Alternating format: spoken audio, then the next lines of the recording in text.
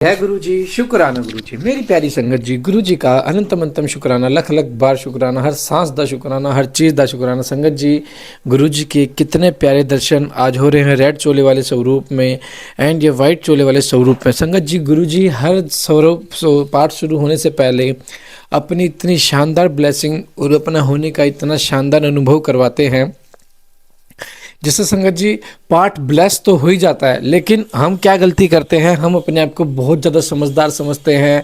हम अपने आप को अपना दिमाग चलाने लग जाते हैं कि गुरुजी हमें कुछ नहीं दे रहे हैं, हमारी अरदास लग रही है, हमें 2 साल हो गए गुरुजी से जुड़े हुए, हमें कुछ नहीं मिल रहा।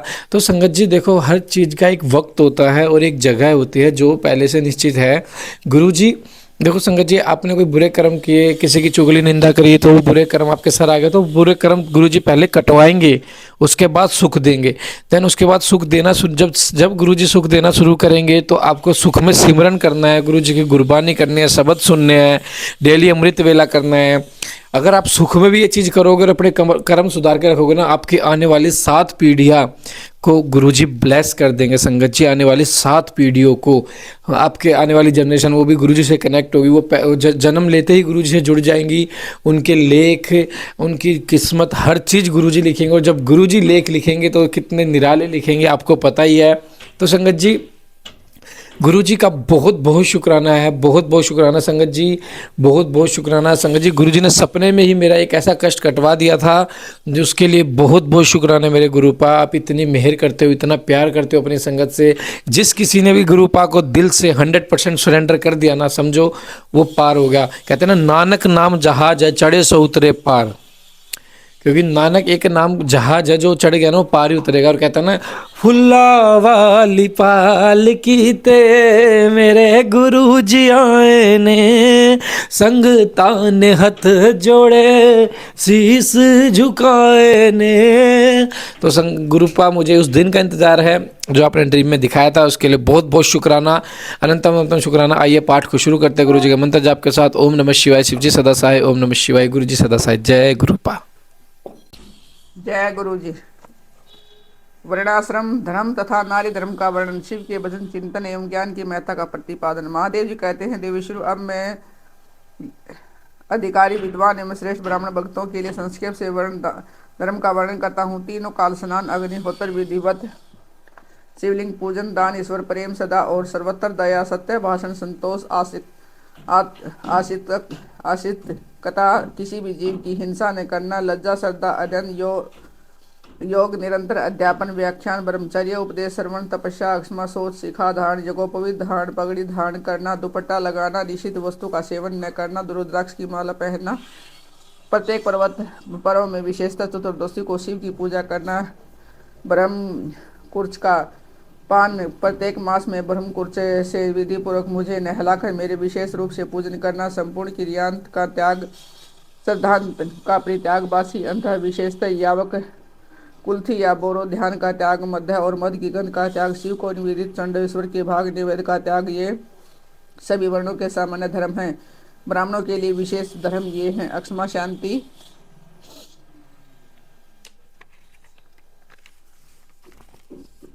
संतोष, सत्य, अस्तेय, ब्रह्मचर्य, विश्व ज्ञान, वैराग्य, भस्म सेवन और सब प्रकार की आसक्तियों से निर्वृत्त। इन 10 धर्मों को ब्राह्मणों का विशेष धर्म कहा गया है। अब योगियों के लक्षण बताए जाते हैं। दिन में भिक्षान भोजन उनका विशेष धर्म है।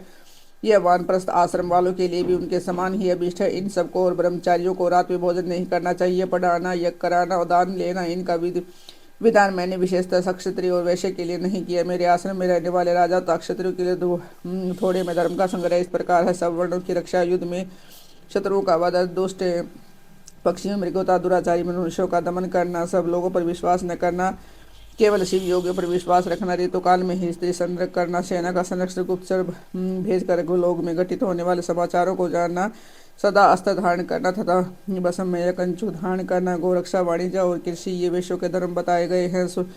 शूद्रेतर वर्णों, ब्राह्मण, क्षत्रिय और वेश्यों की सेवा शूद्र का धर्म कहा गया है। बाण लगाना, मेरे तीर्थों की यात्रा करना था अपनी पत्नी के साथ ही समागम करना गृहस्थ के लिए विविध धर्म है। वनवासियों, यति और ब्रह्मचारियों के लिए ब्रह्मचर्य का पालन मुख्य धर्म है। स्त्रियों के लिए पति की सेवा ही सनातन धर्म है, दूसरा नहीं। कल्याणी, यदि पति किया गया हो तो नारी मेरा पूजन भी कर सकती है, तो स्त्री पति की सेवा छोड़कर व्रत में तत्पर रहती है, वह नरक में जाती है। इस विषय में विचार करने की आवश्यकता नहीं है।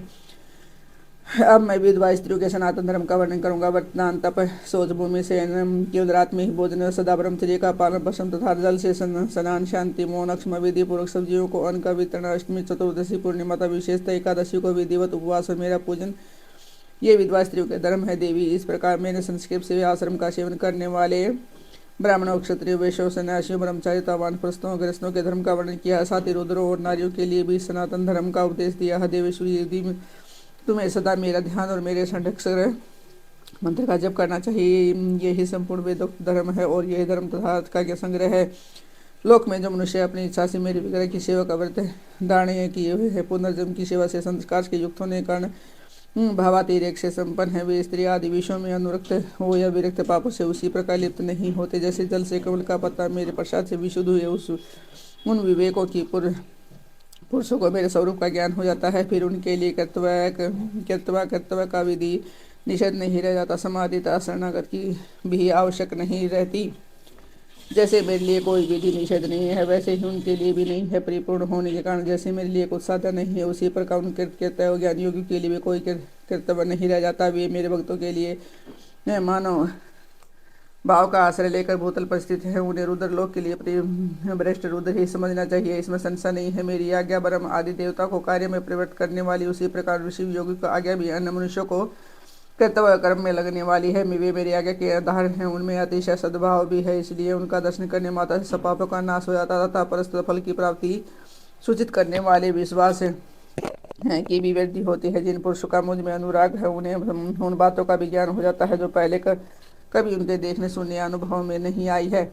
उनमें अकस्मात कंप, संवेद, अश्रुपात, कंठ में सर्वविकार तथा आनंद आदि भावों का बारंबार उदय होने लगता है। ये सब लक्षण उनमें कभी एक करके अलग अलग प्रकट होते हैं और कभी संपूर्ण भाव का एक साथ उदय होने लगता है। कभी विलग्न होने पर मंद, मध्यम और सर्व उत्तम भाव द्वारा श्रेष्ठ सत्पुरुषों की पहचान करनी चाहिए। जैसे जब लोहा आग में तपकर लाल हो जाता है, तब वह लोहा नहीं रह जाता, उसी प्रकार में सानिध्य प्राप्त होने से केवल मनुष्य नहीं रह जाते कि मेरा स्वरूप हो जाते हैं। हाथ पैर आदि के सौंदर्य से मानव शरीर धारण करने पर भी वास्तव में रुद्र है। उन्हें प्राकृतिक मनुष्य समझकर विद्वान पुरुष उनकी अवहेलना न करे। जो मूढ़ चैत मानव उनके प्रति अवहेलना करते हैं, वे अपनी आयु, लक्ष्मी, कुल और शील को त्याग कर नरक में गिरते हैं। उनका बहुत कहने से क्या लाभ है। जिस किसी भी उपाय से मुझ में चित्त लगाना कल्याण की प्राप्ति का एकमात्र साधन है। अपमन्यु कहते हैं कि इस प्रकार परमात्मा श्री नीलकंठ नाथ शिव ने तीनों लोगों के हित के लिए ज्ञान के सारभूत अर्थ का संग्रह प्रकट किया है। संपूर्ण वेद, शास्त्र, इतिहास, पुराण विद्याएं हम इस विज्ञान संग्रह की ही वस्तु विस्तृत व्याख्याएं हैं। ज्ञान, ज्ञेय, अनुष्ठेय, अधिकार, साधन और साधन, इन छह अर्थों का संक्षिप्त संग्रह बताया गया है। श्री कृष्ण जो शिव और शिवा संबंधी ज्ञानामृत से तृप्त है, उनकी भक्ति से संपन्न है, उसके लिए बार भीतर कुछ भी कर्तव्य शेष नहीं है। इसलिए कर्म से बाह्य और अभ्यंतर कर्म को त्याग कर ज्ञान से किए का साक्षात करने पर उस साधनभूत ज्ञान को भी त्याग दे। यह चित्त में यदि चित्त शिव में एकाग्र नहीं है तो कर्म करने से भी क्या लाभ है, और यदि चित्त एकाग्र है यह तो कर्म करने की क्या आवश्यकता है। अतः बाहर और भीतर के कर्म करके या न करके जिस किसी भी उपाय से भगवान शिव में चित्त लगाए, उनका चित्त भगवान शिव में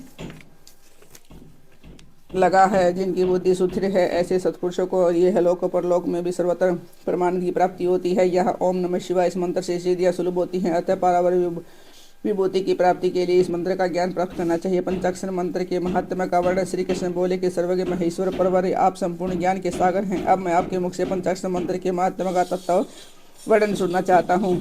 अब मनु ने कहा, देवकी नंदन, पंचाक्षर मंत्र के महात्मा का विस्तार वर्णन पूर्वक वर्णन जो 100 करोड़ वर्षों में भी नहीं किया जा सकता। संक्षेप से इसकी महिमा सुनो। वेद में तथा शिवांगम में दोनों जगह यह षडक्षर मंत्र है। समस्त शिव भक्तों के लिए संपूर्ण अर्थ का साधक कहा गया है। इस मंत्र में अक्षर तो थोड़े ही हैं, परंतु यह महान अर्थ से संपन्न है। यह वेद का सार तथा मोक्ष देने वाला है। शिव की आज्ञा से सिद्ध है, संदेश शून्य है तथा शिव स्वरूप वाक्य है। यह नाना प्रकार की चीजों से युक्त दिव्य लोगों के मन को प्रसन्न एवं निर्मल करने वाला, सुनिश्चित अर्थ वाला अतः परमेश्वर का गंभीर वचन है। इस मंत्र का मुख से सुख पूर्वक उच्चारण होता है। सर्वज्ञ शिव ने संपूर्ण देहधारियों के सारे मनोरथों की सिद्धि के लिए इस ओम नमः शिवाय मंत्र का प्रतिपादन किया है। यह आदि षडंतर मंत्र संपूर्ण विद्याओं का बीज है। इसके वट से बीज में महान वृक्ष छिपा हुआ है, उसी प्रकार तंत्र सूक्ष्म होने पर इस मंत्र को महान अर्थ से परिपूर्ण समझना चाहिए। ओम इस एकाक्षर मंत्र में तीनों गुणों से अतीत है, सर्वज्ञ सर्वकर्ता द्योतिमान सर्वव्यापी प्रभु शिव प्रतिष्ठित ईशान आदि जो सूक्ष्म एकाक्षर रूप है ब्रह्म है, वे सब नमः शिवाय इस मंत्र में कर्म से स्थित हैं। सूक्ष्म षडाक्षर मंत्र में पंच ब्रह्म रूपधारी साक्षात भगवान शिव संभावता वाचक भाव से विराजमान है। अप्रेमय होने के कारण शिव वाच्य है और मंत्र उनका वाचक माना गया है। शिव और मंत्र का यह वाचक भाव अनादिकाल से चला आ रहा है। जैसे एक और संसार सागर आदि अनादिकाल से प्रवृत्त है, उसी प्रकार संसार से छुड़ाने वाले भगवान शिव भी अनादिकाल से ही नित्य विराजमान है। जैसे औषध रोगों का स्वभावतः शत्रु है, उसी प्रकार भगवान शिव संसार दोषों के स्वाभाविक शत्रु माने गए हैं। यदि ये भगवान विश्वनाथ ने होते तो यह जग अंधकारमय हो जाता, क्योंकि प्रकृति जड़ और जीवात्मा अज्ञानी है, अतः इन्हें प्रकाश देने वाला परमात्मा ही है। प्रकृति से लेकर परमाणु पर्यंत जो कुछ भी जड़तव तत्व है वह किसी बुद्धिमान कारण के बिना स्वयं करता नहीं देखा गया है। जीवों के लिए धर्म करने और अधर्म के लिए अधर्म से बचने का उपदेश दिया जाता है। उनके बंधन और मोक्ष भी देखे जाते हैं। अतः विचार करने से सर्वज्ञ परमात्मा शिव के बिना प्राणियों के आदि सड़क की सिद्धि नहीं होती। जैसे रोगी वैद्य के बिना मुख से रहित हो क्लेश उठाते हैं, उसी प्रकार सर्वज्ञ शिव का आश्रय लेने से संसारी जीव नाना प्रकार के क्लेश भोगते हैं। अतः यह सिद्ध हुआ कि जीवों का संसार सागर से उद्धार करने वाले स्वामी अनादि सर्वज्ञ परिपूर्ण सदाशिव विद्यमान हुए प्रभु आदि मध्य और अंत से रहित हैं, स्वभाव से ही निर्मलता सर्वज्ञ एवं परिपूर्ण है। उन्हें शिव नाम से जानना चाहिए। शिवागम में उनके स्वरूप का विशद रूप से वर्णन है। यह पंचाक्षर मंत्र उनका अभिधान है और वे शिव अधेय है। अभिधान और अभिधेय रूप होने के कारण परम शिव स्वरूप यह मंत्र सिद्ध माना गया है। ओम नमः शिवाय यह जो षडाक्षर शिव वाक्य है, इतना ही शिव ज्ञान है, उतना ही परम पद है।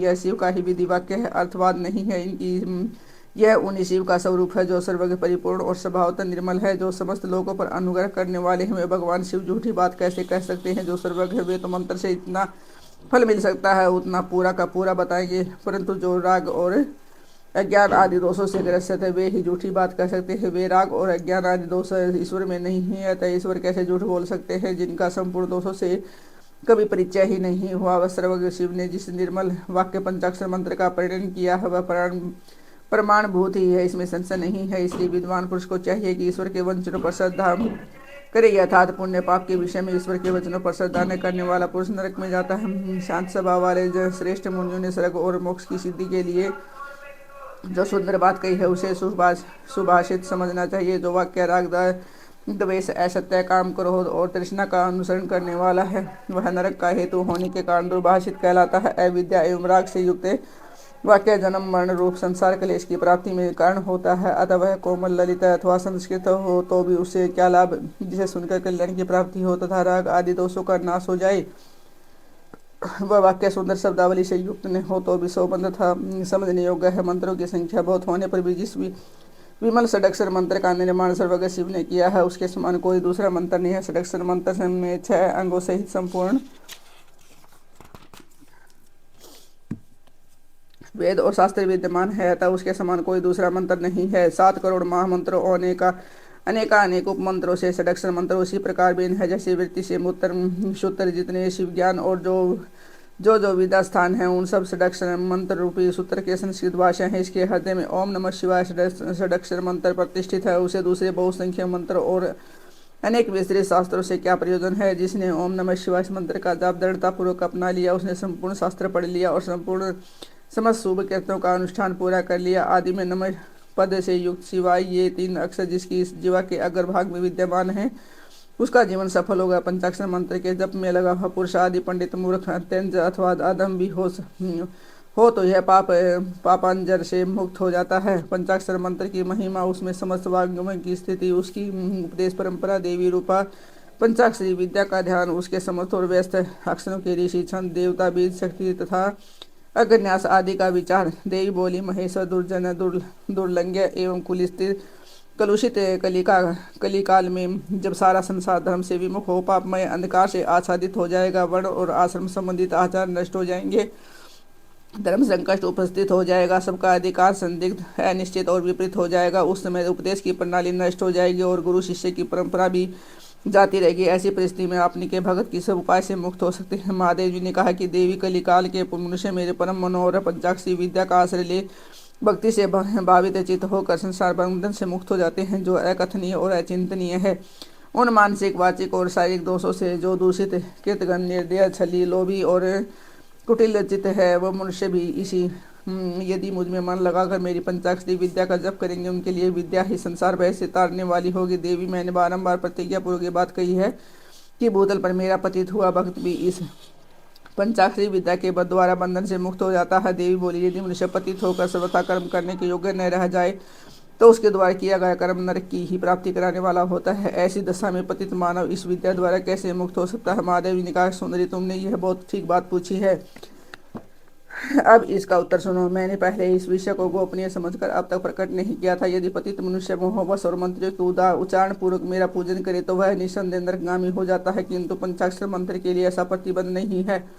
जो केवल जल पीकर और हवा खाकर तप करते हैं, दूसरे लोगों को नाना प्रकार के व्रतों द्वारा अपने शरीर को सुखाते हैं, उन्हें इन व्रतों द्वारा मेरे लोक की प्राप्ति नहीं होती। परंतु जो भक्ति पूर्वक पंचाक्षर मंत्र से ही एक बार मेरा पूजन कर लेता है, वह भी इस मंत्र के प्रताप से मेरे धाम में पहुंच जाता है। इसलिए तप यज्ञ व्रत और नियम पंचाक्षर द्वारा मेरे पूजन की करोड़ भी कला के समान भी नहीं है। कोई बुद्ध हो या मुक्त हो, जो पंचाक्षर मंत्र के द्वारा मेरा पूजन करता है, वह अवश्य ही संसार पास से छुटकारा पा जाता है। देवी, ईशान आदि 5 ब्रह्म जिसके अंग है, उससे अक्षर या पंचाक्षर मंत्र के द्वारा जो भक्तिभाव से मेरा पूजन करता है, मुक्त हो जाता है। कोई पतित हो या अपतित, वह इस पंचाक्षर मंत्र के द्वारा मेरा पूजन करिए। मेरा भक्त पंचाक्षर मंत्र का उपदेश गुरु से ले चुका है या नहीं, इस क्रोध को जीत कर या मंत्र के द्वारा मेरी पूजा किया कि जिसने मंत्र की दीक्षा नहीं ली है, उसकी उपेक्षा दीक्षा लेने वाला पुरुष कोटि कोटि गुणा अधिक माना गया है। अतः देवी, दीक्षा लेकर इस मंत्र से मेरा पूजन करना चाहिए। जो इस मंत्र की दीक्षा लेकर मैत्री, मुदिता आदि गुणों से युक्त ब्रह्मचर्य परायण हो भक्ति भाव से मेरा पूजन करता है, मेरी क्षमता प्राप्त कर लेता है। इस विषय में अधिक कहने से क्या लाभ है? मेरे पंचाक्षर मंत्र में सभी भक्तों का अधिकार है, इसलिए वह श्रेष्ठ मंत्र है और पंचाक्षर के प्रभाव से ही लोक, वेद, महर्षि, सनातन धर्म, देवता तथा संपूर्ण जगत टिके हुए हैं। देवी, प्रलयकाल आने पर जब चराचर जगत नष्ट हो जाता है और सारा प्रपंच प्रकृति में मिलकर वहीं लीन हो जाता है, तब मैं अकेला स्थित रहता हूँ, दूसरा कोई कभी कहीं नहीं रहता। उस समय समस्त देवता और शास्त्र पंचाक्षर मंत्र में स्थित होते हैं। अतः मेरी शक्ति से पालित होने के कारण वे नष्ट नहीं होते। तदंतर मुझसे प्रकृति और पुरुष के भेद से युक्त सृष्टि होती है। तत्पश्चात त्रिगुणात्मक मूर्तियों का संहार करने वाला और अवान्तर प्रलय होता है। उस प्रलय काल में भगवान नारायण देव मायामय शरीर का आश्रय ले जल के भीतर शेष सैया पर शयन करते हैं। उनके नाभि कमल से पंचमुख ब्रह्मा जी का जन्म होता है। ब्रह्मा जी तीनों लोगों की सृष्टि करना चाहते हैं, किंतु कोई सहायक न होने से उसे कर नहीं पाते। तब उन्होंने पहले अमित तेजस्वी 10 महर्षियों की सृष्टि की, जो उनके मानस पुत्र कहे गए हैं। उन पुत्रों की सिद्धि बढ़ाने के लिए पितामह ब्रह्मा ने मुझसे कहा कि महादेव महेश्वर, मेरे पुत्रों को शक्ति प्रदान कीजिए। उनके इस प्रकार प्रार्थना करने पर 5 मुख धारण करने वाले मैंने ब्रह्मा जी के प्रति प्रत्येक मुख से एक एक अक्षर के क्रम से 5 अक्षरों का उपदेश किया। लोक पितामह ब्रह्मा जी ने भी अपने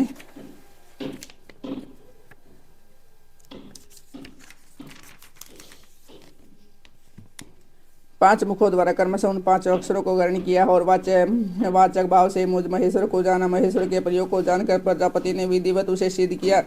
तत्पश्चात उन्होंने अपने पुत्र को यथावत रूप से इस मंत्र का और उसके अर्थ का भी उपदेश दिया। साक्षात लोक पितामह ब्रह्मा से इस मंत्र को पाकर मेरी आराधना की इच्छा रखने वाले मुनियों ने उनकी बताई हुई पद्धति से उस मंत्र का जाप करते हुए मेरु के रमणीय शिखर पर मुंजवान पर्वत के निकट 1 सहस्त्र दिव्य वर्षों तक तीव्र तपस्या की। वे लोग सृष्टि के लिए अत्यंत उत्सुक थे, उन्होंने इसलिए वायु पीकर कठोर तपस्या में लग गए।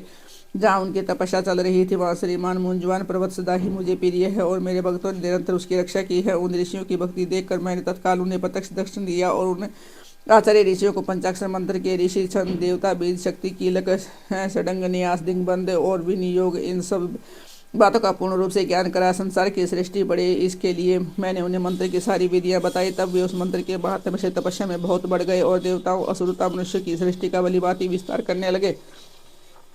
अब ईश्वरतम विद्या पंचाक्षरी के स्वरूप का वर्णन किया जाता है। आदि में नमय पद का प्रयोग करना चाहिए, उसके बाद शिवाय पद का। यही वह पंचाक्षरी विद्या है जो समस्त ऋतु की सिरमौर है तथा संपूर्ण शब्द समुदाय की सनातन बीज रूपिणी यह विद्या पहले पहले मेरे मुख से निकली, इसलिए मेरे ही शब्दों का प्रतिपादन करने वाली है। इसका एक देवी के रूप में ध्यान करना चाहिए। इस देवी की कांति तपाए हुए स्वर्ण के समान है, जिसे इसके पीन पयोधर ऊपर को उठे हुए हैं और यह चार भुजाओं और 3 नेत्रों से सुशोभित है। उसके मस्तक पर बाल चंद्रमा का मुकुट है, दोनों हाथों में पद्म और उत्पल हैं, अन्य 2 हाथों में वरद और अभय की मुद्रा है। मुखाकृति सौम्य है, वह समस्त शुभ लक्षणों से संपन्न एवं संपूर्ण आभूषणों से विभूषित है। श्वेत कमल के आसन पर विराजमान है, जिसे काले काले घुंघराले केश बड़ी शोभा दे रहे हैं। इसके अंगों में 5 प्रकार के वर्ण हैं, इनकी रश्मियाँ प्रकाशित हो रही हैं। वे वर्ण है पीत, कृष्ण, धूम्र, सुमृत, हरक, रक्त। इन वर्णों का यदि पृथक पृथक प्रयोग हो तो इन्हें बिंदु और नाद से विभूषित करना चाहिए। बिंदु की आकृति अर्धचंद्र के समान है और नाद की आकृति दीप शिखा के समान है। सुमुखी यो तो इस मंत्र के सभी अक्षर बीज रूप है, तथापि उनमें दूसरे अक्षर को इस मंत्र का बीज समझना चाहिए। दिए गए स्वर पूर्वक जो चौथा वर्ण है उसे कीलक और 5वें वर्ण को शक्ति समझना चाहिए। इस मंत्र में के वामदेव ऋषि और पंकज छंद वराण्य में शिव की इस मंत्र का देवता हूँ। वार रहे गौतम, अत्रि, विश्वामित्र, अंगिरा और भारद्वाज ये नकार आदि वर्णों के कर्म से ऋषि माने गए हैं। गायत्री और त्रिष्टुप बृहति और विराट ये कर्म से 5 अक्षरों के छंद हैं। इंद्र, रुद्र, विष्णु, ब्रह्मा और सकंद ये कर्म से इन अक्षरों के देवता हैं। वराण्य मेरी पूर्व आदि चारों दिशाओं के तथा ऊपर के 5 मुख नकार आदमी अक्षरों के कर्म से स्थान है। पंचाक्षर मंत्र का पहला अक्षर उदात है, दूसरा और चौथा भी उदात ही है, 5वां सवरित है और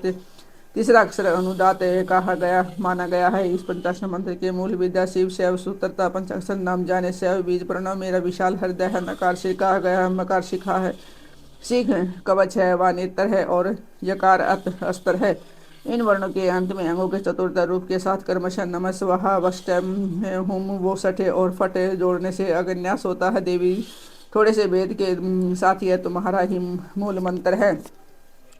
उस पंचाक्षर मंत्र में जो 5वां वर्ण यह है वह 12वें स्वर से विभूषित किया गया है, अर्थात नमः शिवाय के स्थान में नमः शिवाय कहने से ये देवी का मूल मंत्र हो जाता है।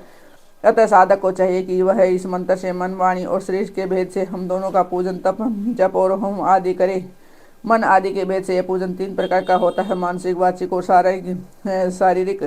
देवी जिसकी जैसी समझ हो, जिसे जितना समय मिल सके, जैसी जिसकी बुद्धि, शक्ति, संपत्ति, उत्साह एवं योग्यता और परिणति हो, उसके अनुसार वह शास्त्र विधि से जब कभी जहाँ भी और जब किसी भी साधन द्वारा मेरी पूजा करता है, उसकी कही हुई पूजा उसे अवश्य मोक्ष की प्राप्ति करा देगी। सुंदरी, मुझ में मन लगाकर जो कर्म होता है विहित कर्म से किया गया हो वह कल्याणकारी था, मुझे प्रिय है। तथापि जो मेरे भक्त हैं कर्म करने में अत्यंत विवश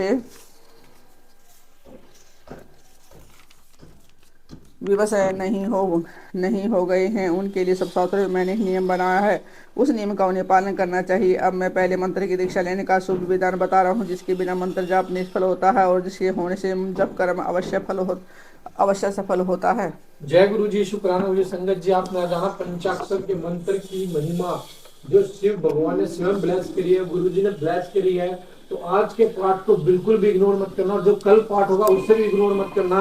जय गुरु जी, शुक्राना गुरु जी। ओम नमः शिवाय। शिव जी सदा सहाय। ओम नमः शिवाय। गुरु जी सदा सहाय। जय गुरु जी।